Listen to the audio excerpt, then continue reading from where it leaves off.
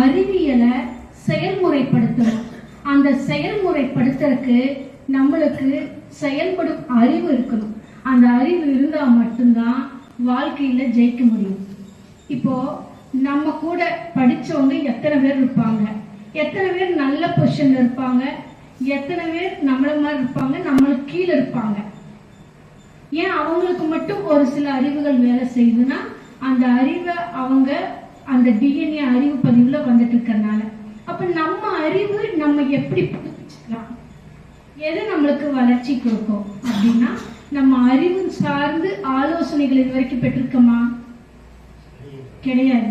ஸ்கூலுக்கு போயிருக்கிறோம், டீச்சர் சொல்லி கொடுத்தத படிச்சிருக்கிறோம். அன்றைக்கு இருந்த டீச்சர்ஸ் எல்லாம் நம்மள முழங்கையிலேயே தட்டினாங்க, முழங்கால் போட வச்சாங்க, பனிஷ்மெண்ட் கொடுத்தாங்க. இப்ப இருக்கிற குழந்தைகளுக்கு ஏதாவது கொடுக்க முடியுமா? ஏன்னா நாங்க பாக்குறோம், ஒரு செகண்ட் ஸ்டாண்டர்ட் படிக்கிற குழந்தை எனக்கு இந்த டீச்சர் பிடிக்காது அதனால ஸ்கூலை மாத்துங்குது. அப்படி பல ஸ்கூல்கள் மாத்திட்டு 10வது எங்ககிட்ட வர்றாங்க. அப்ப அந்த குழந்தைக்கு படிப்பு பிரச்சனையா டீச்சர் பிரச்சனையா? படிப்பு உள்ளேயே போகல. ஏன்னா இன்றைக்கு இருக்கிற ஜெனரேஷன் குழந்தைகளுக்கு படிக்க பிடிக்காது, படிக்க தோணாது, படிப்புனா அலர்ஜி, கவனிக்க முடியாது, கேட்க முடியாது, ஜாலியா இருக்கிறது மட்டும்தான் பிடிக்கும். அப்ப அந்த குழந்தைகளை முறைப்படுத்திட்டா அவங்களும் ஜெயிக்க முடியும்.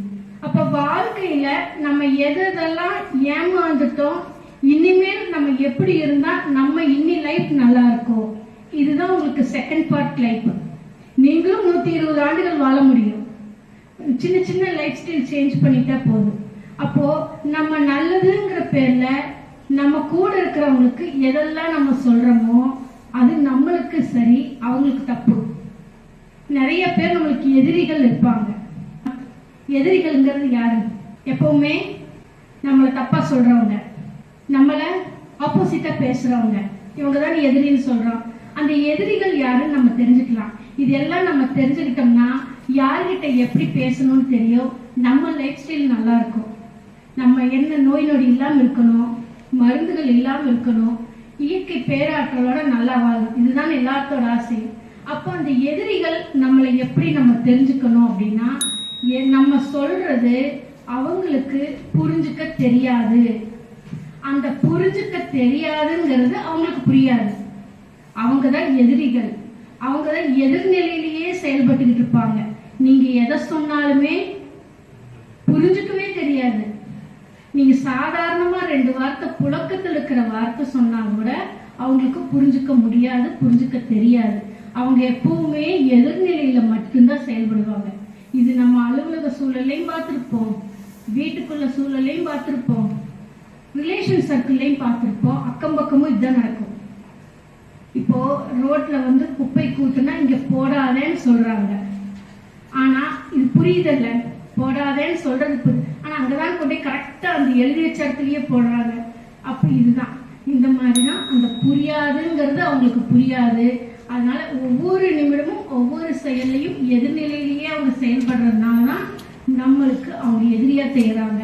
அப்போ அவங்க கிட்ட நம்ம எப்படி நடந்துக்கணும், அவங்கள புரிய வைக்கிறதுக்கு முயற்சி செஞ்சா நம்ம தான் பெயிலியர். இங்கதான் ஒவ்வொரு இடத்துலயும் நம்மளோட அறிவு அந்த 4 பேர்த்துக்காகவே செலவழிச்சிட்டு இருக்கிறோம், நம்மளோட வளர்ச்சிக்கு செலவழிக்காம. ஏன் பணக்காரர்கள் பணக்காரர்களா இருக்காங்க, ஏழைகள் ஏழைகளாவே இருக்கிறாங்கன்னு இதுதான். நம்ம 4 பேர்த்த மட்டும்தான் நினைப்போம், அந்த 4 பேர் என்ன சொல்லிடுவாங்கன்னு சொல்லி. அப்ப அந்த 4 பேர்த்துக்கு வேலை செய்யணுமா, நம்மளோட வளர்ச்சிக்கு வேலை செய்யணுமா? நம்மளோட மனசு எதை எடுத்துக்கோனா பழச மட்டும்தான் எடுத்துக்கும், பழச மட்டும்தான் திங்க் பண்ணும்.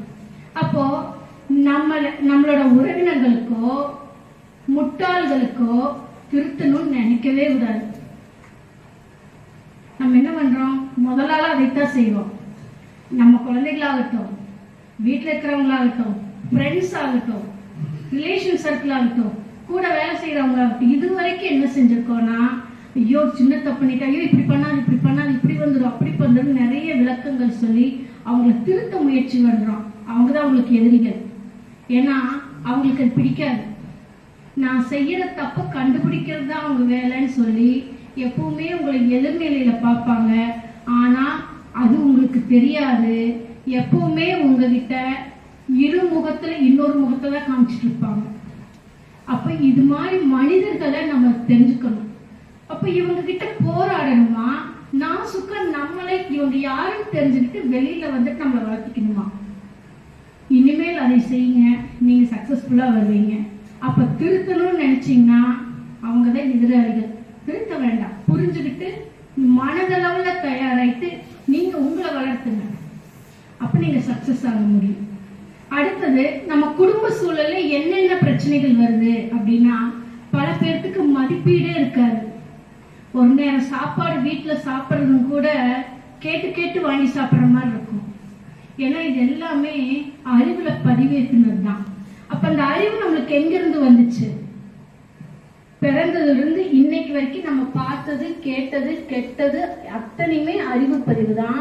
அதுதான் உங்களை இயக்கும். அதுதான் நீங்க ஒரு பணக்கார வீட்டு மனிதர்களா இருக்கலாம், அவங்களோட குழந்தைகளா இருக்கலாம். அவங்க கிட்ட போய் ஐயோ இப்படி எல்லாம் பண்றாங்களே, தெரிஞ்சு தப்பு பண்றாங்களே அப்படின்னா அவங்க கிட்ட ஏதாவது சொன்னா ஏத்துக்குவாங்களா?